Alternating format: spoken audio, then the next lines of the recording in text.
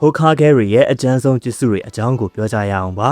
ပထမဆုံးဟိုခါခဲကနေစတင်ရမယ်ဆိုရင်ဟာရှီရာမာဆန်ချူရဲ့အကျဉ်းဆုံးကျစ်စုကနေပဲစတင်ရပါလိမ့်မယ်ဟာရှီရာမာရဲ့ prime မှာတုန်းကကမ္ဘာပေါ်မှာအရန်ကျန်းတဲ့ရှင်နိုဘီတွေအများကြီးရှိနေခဲ့တာပါဒါပေမဲ့ဟာရှီရာမာကသူ့ရဲ့စွမ်းအားကြီးမားတဲ့ကျစ်စုတွေကိုအသုံးပြုပြီးကမ္ဘာကြီးကိုအေးချမ်းအောင်ဆောင်ရွက်ခဲ့ပါတယ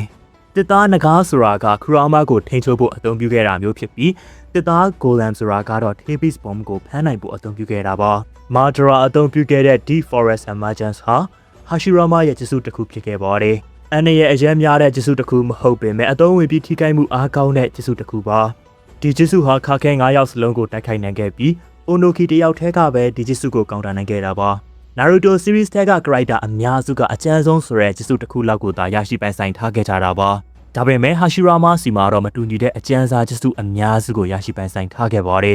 ဟာရှီရာမာနဲ့မန်ဒရာတို့နှစ်ယောက်အဆုံးသက်တောင်ကြားမှာတိုက်ခိုက်ခဲ့တဲ့တိုက်ပွဲဟာအရန်ကိုမှနာမည်ကျော်ကြားလူသိများခဲ့ပါတယ်မန်ဒရာဘက်ကဟာရှီရာမာကိုတိုက်ခိုက်နိုင်ဖို့ကိုမီကိုအသုံးပြုခဲ့ပါတယ်မန်ဒရာဘက်ကကိုမီကိုဆူဆာနိုနဲ့ပေါင်းစပ်လိုက်တာကြောင့်ဆူဆာနိုဆော့ထေးဘစ်ဘုံတစ်လုံးကိုဖန်တီးနိုင်ခဲ့ပါတယ်ဒီလိုအဖြတ်စွမ်းအကြီးမားတဲ့ကျစ်စုတစ်ခုကိုဟာရှီရာမာကရအောင်ကာကွယ်နိုင်ခဲ့ပါတယ်ဟာရှီရာမာဘက်ကသူ့ရဲ့စေးမုတ်ကိုအသုံးပြုပြီးစေအားလက်တထောင်ရုပ်ထုကြီးကိုအသုံးပြုခဲ့ပါတယ်ဒီကျစ်စုဟာခမများတို့သိတဲ့အတိုင်းသမိုင်းတစ်လျှောက်လုံးမှာအကြီးဆုံးကျစ်စုတစ်ခုဖြစ်ခဲ့တာပါရုပ်ထုကြီးရဲ့ခေါင်းပေါ်မှာရှိနေတဲ့ရုပ်ထုတစ်ခုဟာခရူရာမာကိုတိုက်ခိုက်ခဲ့တဲ့တစ်သားဂေါ်လမ်ကြီးပဲဖြစ်ပါတယ်တစ်သားဂေါ်လမ်ရဲ့ size ဟာခရူရာမာရဲ့ size နဲ့အတူတူပဲဖြစ်ပါတယ်ခရူရာမာရဲ့အရွယ်အစားလောက်ရှိနေခဲ့တဲ့ရုပ်ထုတစ်ခုကတောင်လက်တထောင်ရုပ်ထုနဲ့နှိုင်းယှဉ်မယ်ဆိုရင်မမြင်နိုင်လောက်တဲ့အထိသေးငယ်သွားခဲ့တာပါမာဒရာရဲ့ဆူဆာနိုအာမာတက်ထားတဲ့ခရူရာမာကတောင်ဟာရှီရာမာရဲ့ရုပ်ထုကြီးနဲ့နှိုင်းယှဉ်ရင်အရန်ကိုမှသေးငယ်နေခဲ့ပါတယ်အဲ့ဒီနောက်မှာတော့ဟာရှီရာမာရဲ့ရုပ်ထုကြီးကမာဒရာရဲ့ဆူဆာနိုခရူရာမာကြီးကိုလက်ပေါင်း1000နဲ့ထိုးနှက်တိုက်ခိုက်နိုင်ခဲ့ပါတယ်မာဒရာဘက်ကလည်းဒီတိုက်ခိုက်မှုကိုကာကွယ်နိုင်ဖို့ဘီဂျူတာမာရာဆူရှူရက်ကန်တွေအများကြီးကိုအသုံးပြုခဲ့ပါတယ်မာဒရာဘက်ကချာဂရာအများအပြားကိုအသုံးပြုလိုက်တဲ့အတွက်ကြောင့်ဟာရှီရာမာဟာမာဒရာရဲ့ Majestic ဆူဆာနိုအာမာကိုခရူရာမာစီကနေဖယ်ရှားနိုင်ခဲ့ပါတယ်ဆူဆာနိုအာမာမရှိတော့တဲ့ခရူရာမာကိုဟာရှီရာမာရဲ့ရုပ်ထုကြီးကအယုတ်တရုတ်ကိုကောက်တယ်လို့ကိုကောက်ကင်ခဲ့ပါတယ်တမိုင်းတစ်လျှောက်လုံးမှာခရူရာမာသည်စွမ်းအားအကြီးမားဆုံးဘီဂျူတကောင်ဖြစ်ခဲ့တာပါတမိုင်းတွေကခရူရာမာသည်ဟာရီကိန်းတွေဆူနာမီတွေကိုဖန်တီးပြီးတောင်တန်းတွေကိုပိုင်းဖြတ်တောက်နိုင်ခဲ့ပါတယ်ဒီလိုမွန်စတာကြီးတစ်ကောင်ကဟာရှီရာမာရဲ့ရုပ်ထုကြီးနဲ့တွေ့တဲ့အချိန်မှာတော့အယုတ်သေးသေးလေးတစ်ခုအနေနဲ့သာရှိနေခဲ့တာပါဟာရှီရာမာကသူ့ရဲ့ reverse ceiling ကျစ်စုကိုအသုံးပြုပြီးခရူရာမာရဲ့ချာဂရာတွေကိုဆုပ်ယူခဲ့ပါတယ်Spiral ဇက်စုကစစ်ပွဲကာလအတွင်းမှာယာမာတိုရဲ့ခန္ဓာကိုယ်ကိုအသုံးပြုပြီးဟာရှီရာမာရဲ့ရုပ်ထုကြီးကိုပြန်လည်အသုံးပြုခဲ့ပါတယ်။ဒါပေမဲ့ယာမာတိုရဲ့ version ဟာဟာရှီရာမာရဲ့ရုပ်ထု version လောက်တော့တန်မာမှုမရှိခဲ့ပါဘူး။ဟာရှီရာမာရဲ့ version လောက်တန်မာမှုမရှိပေမဲ့ elemental release တွေကိုအသုံးပြုနိုင်ခဲ့ပါတယ်။ဟာရှီရာမာရဲ့အကျဉ်းဆုံးကျစ်စုကိုတော့လက်တထောင်ရုပ်ထုကြီးအဖြစ်သတ်မှတ်ခြင်းပါတယ်။ဟာရှီရာမာပြီးရင်တော့ထိုဘီရာမာအကြောင်းကိုဆက်ပြီးပြောကြပါမယ်။ထိုဘီရာမာဟာဒုတိယမြောက်ဟိုခါခဲတယောက်ဖြစ်ပြီးများစွာသောကျစ်စုတွေကိုတီထွင်ဖန်တီးခဲ့ပါတယ်။ Shadow Cloak ကျစ်စုဟာစွမ်းအားကြီးမားတာမှန်ပေမဲ့ထိုဘီရာမာကတော့စွမ်းအားကြီးမားအောင်အသုံးမပြုနိုင်ခဲ့ပါဘူး။ Shadow Cloak ကျစ်စုကိုအစွမ်းထက်အောင်အသုံးပြုနိုင်ခဲ့တာကတော့နာရူတိုပဲဖြစ်ပါတယ်။ထိုဘီရာမာဟာ Shadow Cloak အပြင် Arrow Tensor ကျစ်စုနဲ့ Flying Thunder God ကျစ်စုတို့ကိုတီထွင်အသုံးပြုခဲ့ပါတယ်။လူတချို့ကတော့ထိုဘီရာမာရဲ့ Water Style ကျစ်စုတွေဟာစွမ်းအားအလွန်ကြီးမားတယ်လို့ယူဆကြပါတယ်။စစ်ပွဲကာလနဲ့ဟီရူဇန်ကိုတိုက်ခိုက်ခဲ့တဲ့ဘက်ထဲမှာထိုဘီရာမာဟာသူ့ရဲ့ Water Style ကျစ်စုကိုအထာကျကျအသုံးပြုထားခဲ့တာပါထိုဘီရာမာရဲ့ Water Style ကျစ်စုကိုနာရူတိုဖက်ဝဲမှာစတင်မိတ်ဆက်တုန်းကဆိုရင်အန်ဘူရီဟာရေမရှိတဲ့နေရာတစ်ခုမှာရေရီကိုဖန်တီးခဲ့လို့အံ့ဩနေခဲ့ကြတာပါထိုဘီရာမာရဲ့ Water Style ကျစ်စုဆိုတာခီစာမဲနဲ့နှိုင်းယှဉ်မယ်ဆိုရင်ကလေးတာရှိနေခဲ့တာပါထိုဘီရာမာစီမှာအစွမ်းထက်တဲ့ Flying Thunder God ကျစ်စုနဲ့ Arrow Tensor ကျစ်စုတွေဟာရှိနေခဲ့ပါတယ်ဒီကျစ်စုနှစ်ခုစလုံးကိုထိုဘီရာမာထက်အထာကျအောင်အသုံးပြုနိုင်သူတွေကလည်းရှိနေပြန်ပါတယ်မီနာတိုက Flying Thunder God မှာအထူးကျွမ်းကျင်သူဖြစ်ပြီးအိုရိုချီမာရူကတော့ Arrow Tensor ကျစ်စုနဲ့ပတ်သက်ရင်နာမည်ကြီးခဲ့ပါတယ်ထိုဘီရာမာရဲ့ Flying Thunder God ကလည်းအရန်ကြီးတော့အားနဲ့မနေခဲ့ပါဘူးဘာလို့ဆိုအူချီဟာရဲ့စွမ်းအားကြီးမားတဲ့မာဒရာရဲ့ညီအီဇူနာကိုတောင်အဆုံးသတ်နိုင်ခဲ့တာကြောင့်ပါဒါအပြင်ဆယ်မီရဲ့ဂျီဂျူရီကီဖြစ်တဲ့အိုဘီတိုကိုတိုက်ခိုက်ဖို့လဲထိုဘီရာမာဟာ Flying Thunder God ကိုအသုံးပြုခဲ့ပါတယ်ထိုဘီရာမာဟာ Arrow Tensor ကျစ်စုကိုတီထွင်ခဲ့ပေမဲ့အသုံးမပြုနိုင်ခဲ့ပါဘူးအဓိကကတော့ထိုဘီရာမာကိုဟာရှီရာမာက Arrow Tensor ကိုပေးမသုံးခဲ့တာမျိုးပါမာဒရာကိုရိုင်းကတောင် Arrow Tensor ကို release ရမယ်ဟန်ဆိုင်ကိုတည်နေခဲ့ပါတယ်အကယ်၍သာအသုံးပြုခဲ့မယ်ဆိုရင်ထိုဘီရာမာဟာခင်ကာကူနဲ့ကင်ကာကူတို့ကိုရှုံးနှင်းစရာအကြောင်းမရှိခဲ့တာအမှန်ပါထိုဘီရာမာရဲ့ကျစ်စုကိုပြန်လည်တည်ပြင်ထားတဲ့အိုရိုချီမာရူရဲ့ Arrow Tensor တွေကတောင်ရှီယန်ဆွဲလူတွေလောက်တန်မာမှုမရှိနေခဲ့ပါဘူးဒါကြောင့်ထိုဘီရာမာရဲ့ Arrow Tensor ကျစ်စုဆိုတာကလည်းတန်မာနိုင်ဖို့ခက်ခဲပါတယ် ဒါပေမဲ့ထိုဘီရာမာဟာသူတီထွင်ထားတဲ့ဂျစ်စုရဲ့အားသာချက်အားနည်းချက်တွေကိုကောင်းကောင်းကြီးသိထားပါတယ်။ဒါကြောင့်လဲဂျူဘီတိုကိုတိုက်ခိုက်ဖို့သူ့ရဲ့ခန္ဓာကိုယ်မှာစက္ကူပုံးတွေကိုတက်ဆင်ဖောက်ခွဲခဲ့တာပါ။ဘာလို့ဆို Aero Tensor version မှာပြေဝတဲ့ regenerate စွမ်းအားကိုရရှိနေတာကြောင့်ပဲဖြစ်ပါတယ်။ Flying Thunder God ထက်ပိုပြီးတန်မာတဲ့ဂျစ်စုကတော့ Aero Tensor လို့ပဲဆိုရပါမယ်။ဘာလို့ဆိုထိုဘီရာမာဟာ Flying Thunder God ထက် Aero Tensor ဂျစ်စုကိုပိုမိုပြီးနားလည်နေတာကြောင့်ပါ။ထိုဘီရာမာရဲ့အကောင်းဆုံးဂျစ်စုကတော့ Aero Tensor ဖြစ်ပြီး Hiruzen ရဲ့အကောင်းဆုံးဂျစ်စုအကြောင်းကိုဆက်ပြီးပြောကြပါမယ်။ Hiruzen ဆိုတာ3ယောက်မြောက်ဟိုကာခဲဖြစ်ပြီးတက်တန်းအရင်ဆုံးနဲ့အတွေ့အကြုံအများဆုံးဟိုကာခဲတစ်ယောက်ဖြစ်ခဲ့တာပါ။ Data စာအုပ်ရဲ့ဖော်ပြချက်အရ Hiruzen ဟာခုနဟာရဲ့ဂျစ်စုအားလုံးကိုတက်မြောက်ထားပါတယ်။ဒါပေမဲ့ Sharingan နဲ့ Byakugan တို့လိုမျိုးကဲ့ကဲကန်းခိုင်စွမ်းအားတွေကိုတော့ Hiruzen ဟာအသုံးမပြုနိုင်ပါဘူး။မျိုးနွယ်စုတိုင်းရဲ့လျှို့ဝှက်ဂျစ်စုတွေကိုတော့ Hiruzen ဟာတည်ထားလောက်ပါတယ်။ဥပမာအနေနဲ့ပြောရရင် Nara Clan ရဲ့ Shadow Procession ဂျစ်စု Akimichi Clan ရဲ့ Expression ဂျစ်စုနဲ့အတူ Amperame Clan ရဲ့ Insect ဂျစ်စုတွေပဲဖြစ်ပါတယ်။ Hiruzen ဟာတက်တန်းအရှိဆုံးဟိုကာခဲတစ်ယောက်ဖြစ်လို့ခုနဟာရဲ့ Domain ဂျစ်စုအားလုံးကိုတည်ထားလောက်ပါတယ်။ဒါကြောင့် Hiruzen ဟာစွမ်းအားကြီးမားပေမဲ့အရန်ကြီးတော့လည်းမဟုတ်ခဲ့ပါဘူး။ဥပမာပေးရရင် Gamma ဟာ Flying Thunder God ကိုအသုံးပြုနိုင်ခဲ့တယ်ဆိုပေမဲ့မီနာထိုလောက်ကျွမ်းကျင်မှုမရှိတဲ့သဘောမျိုးနဲ့ဆင်တူပါတယ်။ဒါကြောင့် Hiruzen ရဲ့အကျဉ်းဆုံးလို့ထင်ရတဲ့ဂျစ်စုတွေကိုရေးတွက်ကြည့်ကြပါမယ်။ပထမဆုံးဂျစ်စုတစ်ခုကတော့ Reproduce ဖြစ်ပြီး Orochimaru ရဲ့ဆိုးကိုတောင်ဆွဲမထုတ်နိုင်ခဲ့ပါဘူး။မီနာထိုအသုံးပြုတဲ့အချိန်မှာတော့အဲ့ဒီဂျစ်စုဟာအရန်ကိုမှစွမ်းအားကြီးမားခဲ့တာပါ။ဘာလို့ဆိုမီနာထိုဟာ Kurama ရဲ့ Chakra ကို Reproduce နဲ့ split နိုင်ခဲ့တာကြောင့်ပါ။မီနာထိုက Kurama ကိုဒီဂျစ်စုနဲ့အနိုင်ယူနိုင်ခဲ့တဲ့ဆိုပေမဲ့ Orochimaru ကိုတော့ Hiruzen က nerf လို့ပဲရခဲ့တာပါ။ Orochimaru ဆိုတာ Kurama နဲ့မီနာထိုတို့လောက်တောင်စွမ်းအားမကြီးမားခဲ့တဲ့ Shinobi တစ်ယောက်ဖြစ်ခဲ့တာပါ။ဒါပေမဲ့ Hiruzen က Orochimaru ဆင့်ခေါ်ထားတဲ့ Hokage 2ယောက်ကိုလည်းချိတ်ပိတ်ခဲ့ရပါတယ်။နှစ်ယောက်စလုံးက Hiruzen ရဲ့ဆရာတွေဖြစ်နေတာကြောင့်အနေငယ်တော့တိုင်ပတ်ခဲ့တာအမှန်ပါ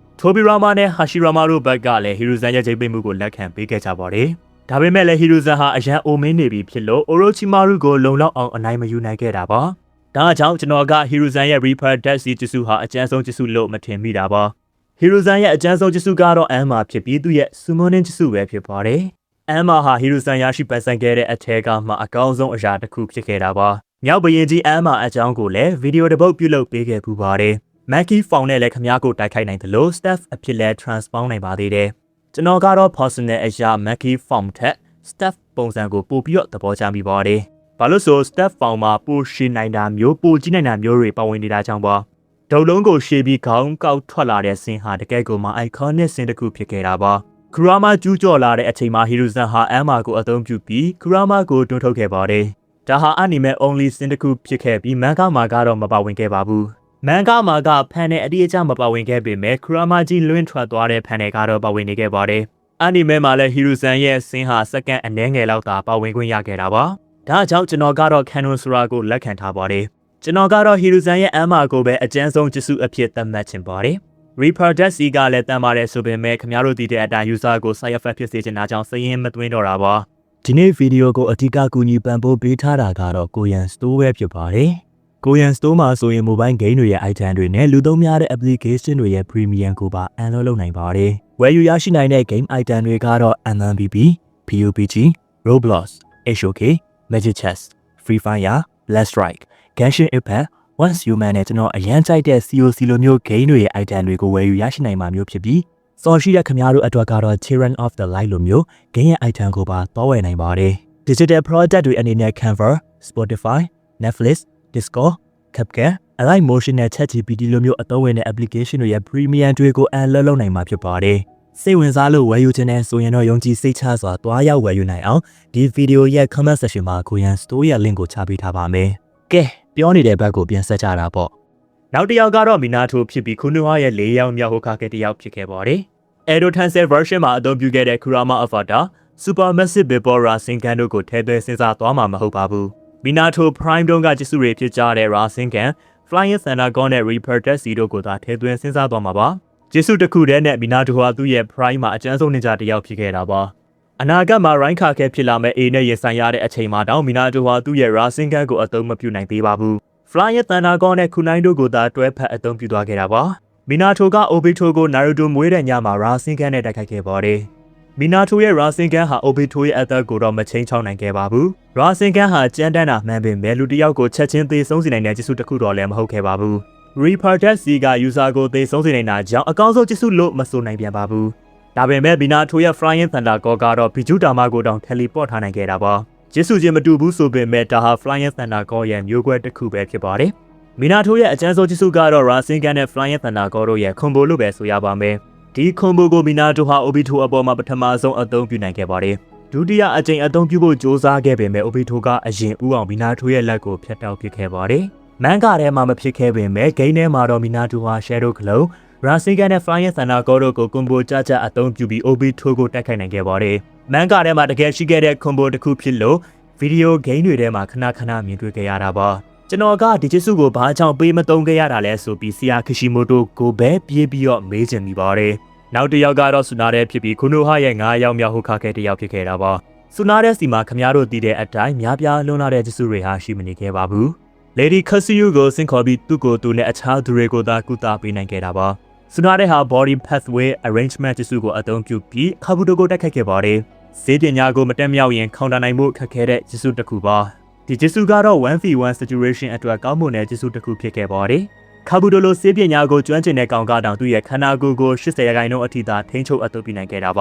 ါလူတစ်ယောက်ရဲ့ pathway system ကိုဖျက်ဆီးဖို့ဂုတ်ပိုးကိုတစ်ချက်ပိတ်ရိုက်ဖို့တော့လိုအပ်ပါတယ်ခါဆူယူနဲ့ body pathway တွေဟာဆူနာတဲ့ရဲ့အကျဉ်းဆုံးဂျစ်စုတွေမဟုတ်သေးပါဘူးဆူနာတဲ့ရဲ့အကျဉ်းဆုံးဂျစ်စုကတော့ဗျာဂူယာစီးပဲဖြစ်ပါတယ်100 healing ဂျစ်စုကိုပြောတာမျိုးဖြစ်ပြီးဒီဂျစ်စုကဆူနာတဲ့ကိုအများကြီးတန်မာလာအောင် support ပေးခဲ့ပါတယ်100 healing C ကဆူနာတဲ့ကို Hashirama ရဲ့ healing လိုမျိုးအစွမ်းထက်တဲ့ကုသမှုကိုရရှိပိုင်ဆိုင်စေခဲ့ပါတယ်မာဒရာရဲ့ဆူဆာနိုနဲ့ထိုးဆိုင်ခြင်းဖြစ်စဉ်ကိုတောင်100 healing နဲ့ကောင်တာထားခဲ့တာပါ1 byte ကိုထိုးဆိုင်ခြင်းကအသက်ကိုသေဆုံးနိုင်တာမှန်ပေမဲ့ဆူနာတဲ့က100 healing နဲ့ကုသနိုင်ခဲ့ပါတယ်ဆူဆာနိုဒါနလက်ကို1 byte မှာထိုးဆိုင်ခံပြီးဆူဆာနိုစစ်တပ်ကိုတယောက်ထဲတက်ခနေတာကြီးကတကယ် super woman တယောက်ဖြစ်စေခဲ့တာပါ100 healing C ကတော့ဆူနာတဲ့ရဲ့အကျဉ်းဆုံးဂျစ်စုတစ်ခုဖြစ်ခဲ့ပါတယ်ခါကာရှိကတော့ခုနိုဟာရဲ့6ယောက်မြောက်သောဟိုကာကေတယောက်ဖြစ်ပြီးသူအသုံးပြုခဲ့တဲ့ဂျစ်စုတွေဟာအယမ်းများခဲ့တာပါ Copy Ninja Kakashi ဆိုတဲ့အတိုင်းဂျစ်စုပေါင်း1000ကျော်ကိုကူးယူအသုံးပြုနိုင်ခဲ့တယ်လို့ Perfect Susano, Kamui,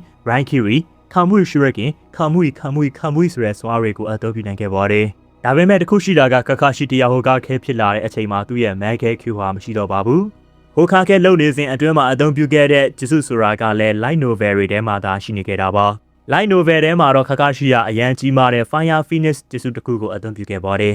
Light Novel ထဲမှာပါဝင်ခဲ့တဲ့ဂျစ်စုတွေဟာ Canon ဆိုပေမဲ့ Fee ကတော့နည်းနည်းကျဲတာအမှန်ပါ Boruto series ထဲမှာလည်းဟိုခါခဲခကာရှိကလောက်ကွက်အများကြီးမထွက်ခဲ့ရှာပါဘူး Naruto ပြီးတဲ့နောက် Boruto ကိုရောက်ရှိချိန်မှာ Naruto ကဟိုခါခဲဖြစ်သွားခဲ့တာကြောင့်ခကာရှိရဲ့ဟိုခါခဲနေရာဆိုတာဘာမှန်းတောင်သေးချာမသိခဲ့ရပါဘူးဒါပေမဲ့သိရှိခဲ့ရတဲ့ဂျစ်စုတစ်ခုကတော့ Rankiri ထက်ပိုမိုအစွမ်းထက်တဲ့ Shidan ပဲဖြစ်ပါတယ် Shidan ဆိုတာကတော့ Perfect Electricity တစ်ခုဖြစ်ပြီး Rankiri ရဲ့ drawbacks တွေအကုန်လုံးကိုပြန် fix ထားတဲ့ဂျစ်စုတစ်ခုပါ Kakashi Hokage ဖြစ်တုန်းကအသုံးပြုခဲ့တဲ့ဂျစ်စုကတော့ Shidan တစ်ခုတည်းသာရှိခဲ့ပါတယ်ကျွန်တော်ကတော့ Kakashi ရဲ့ Hokage စင်းတွေကိုအများကြီးမြင်ချင်မိခဲ့တာအမှန်ပါ Kakashi ပြီးရင်တော့ဒီနေ့ video ရဲ့နောက်ဆုံး Hokage ဖြစ်တဲ့ Naruto ရဲ့အကျဉ်းဆုံးဂျစ်စုအကြောင်းကိုပြောချပါမယ်Naruto ရဲ့အကျဉ်းဆုံးဂျစ်စုလို့ဆိုလိုက်တာနဲ့လူတိုင်းက Baryon Mode ကိုပဲပြေးမြင်မိကြပါတယ်ကျွန်တော်ကတော့ Boruto series ထဲမှာပါဝင်ခဲ့တဲ့ Baryon Mode ကိုသိပြီးသဘောမကျမိပါဘူး Baryon Mode အစားကျွန်တော်တို့အနေနဲ့ရွေးချယ်စရာ option နှစ်ခုရှိပါတယ်ပထမတစ်ခုကတော့ Stage R Super Tabi Rasen Shuriken ဖြစ်ပြီး Naruto က Kaguya ကိုတိုက်ခိုက်ခဲ့တဲ့ Shadow Clone 8ခုပါဝင်တဲ့ဂျစ်စုတစ်ခုပါဒီလိုပြောလို့ခါခါရှိရဲ့အရင်တုန်းကဂျစ်စုတွေဘာကြောင့်မပါဝင်ခဲ့ရတာလဲဆိုတော့ခါခါရှိမှာခါမှုကြီးမရှိတော့တာကြောင့်ပါNaruto စီမာကခမားတို့သိတဲ့အတိုင်း Safer Super Chakra ကသူ့ဟိုခါခဲဖြစ်တဲ့အချိန်ထိရှိနေပါသေးတယ်။ Tabi ဆိုရဲ့ Chakra တွေကလည်းတကောင်ချင်းစီတိုင်းက Naruto ကို support ပေးထားခဲ့တာပါ။ Data စာအုပ်ရဲ့ဖော်ပြချက်အရ Naruto ရဲ့အကျဉ်းဆုံးဂျစ်စုဟာ Super Tabi Rasen Shuriken ဖြစ်တယ်လို့သိထားရပါတယ်။နောက်ဂျစ်စုတစ်ခုကတော့ Safer Super Ultra Big Ball Rasen Shuriken ဖြစ်ပြီး Sasuke ရဲ့ Intra Arrow ကိုကောင်တာနိုင်ဖို့အသုံးပြုခဲ့တာပါ။ Naruto ရဲ့ Kurama Avatar ဟာအခုလိုမျိုး Super Rasengan နဲ့ Tabi Rasengan နှလုံးကိုဖန်တီးနိုင်ဖို့လက်6ဖက်လိုအပ်ခဲ့ပါတယ်။နောက်ထပ် Avatar တစ်ခုက Sanjutsu Chakra တွေကိုမြေပြင်မှာထိုင်ပြီးစုဆောင်းနေရပါတယ်။ Data စာအုပ်ရဲ့ဖော်ပြချက်ကိုထဲမတွက်ဘူးဆိုရင်ကျွန်တော်ကတော့ Naruto ရဲ့ Big Ball Rasen Shuriken နှလုံးကိုအကျဉ်းဆုံးလို့သတ်မှတ်ချင်ပါတယ်။ Big Ball Rasen Shuriken နှလုံးနဲ့ Indra Arrow တို့ရဲ့ထိတွေ့မှုကကြီးမားတဲ့ပောက်ကွဲမှုကြီးကိုဖြစ်ပေါ်စေခဲ့ပါတယ်။ဒီပောက်ကွဲမှုကိုကြည့်ရင် Naruto ရဲ့ဂျစ်စုဘလောက်အထိစွာကြီးမားတယ်လဲဆိုတာကိုသိနိုင်ပါတယ်။ Kaguya လိုမျိုးနောက်ဆုံးမှရောက်လာခဲ့တဲ့ character အပေါ်မှာအသုံးပြုခဲ့တဲ့ဂျစ်စုနဲ့ series အစကတည်းကရှိနေခဲ့တဲ့ Sasuke လို character မျိုးအပေါ်မှာအသုံးပြုခဲ့တဲ့ဂျစ်စုကိုကျွန်တော်ကပို့ပြီးတော့သဘောကျမိပါတယ်။ ကျွန်တော်ကတော့ Naruto ရဲ့ Kurama Avatar Form နဲ့အသုံးပြုခဲ့တဲ့ Super Massive Rasen Shuriken ကြီးကိုပဲသူရဲ့အကျဉ်းဆုံးကျစုလို့သတ်မှတ်ထားလိုက်ပါမယ်။ဒီနေ့မှာတော့ Naruto series တဲက Hokage ရဲ့အကျဉ်းဆုံးကျစုတစ်ခုချင်းစီကိုပြောပြပေးသွားခဲ့တာပါ။ဒီနေ့အတွက်ကတော့ဒီလောက်ပါပဲကြည့်ရှုအားပေးခဲ့ကြတဲ့ခင်ဗျားတို့တယောက်ချင်းစီတိုင်းကိုကျေးဇူးအထူးတင်ရှိပါတယ်